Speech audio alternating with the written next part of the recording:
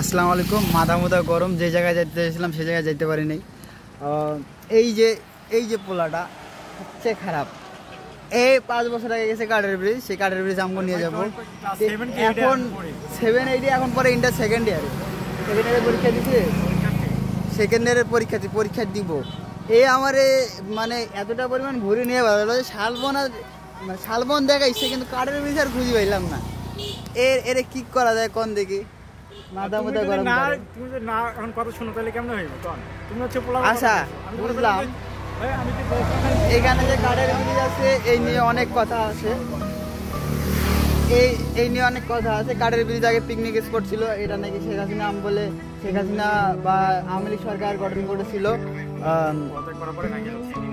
আওয়ামী লীগ সরকার 24-এর আন্দোলনের পরে যখন পদত্যাগ করে বা পালিয়ে যায়, তারপরে নাকি এটা ভাঙি ফেলা হয়েছে। আচ্ছা, দেশের সম্পদ তো, পর্যটনের জায়গা দেশের সম্পদ, সে আওয়ামী লীগ সরকারই করুক আর বিএনপি সরকারই করুক আর জামাতই করুক নাকি, এসব ভাঙি ফেলার কারণটা কি? এতে কি দেশের ক্ষতি না ভাই?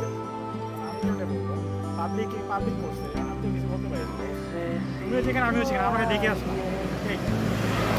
এ বাবা, বাধ্য তো চলতো। Alguien a quien amar, alguien por quien vivir.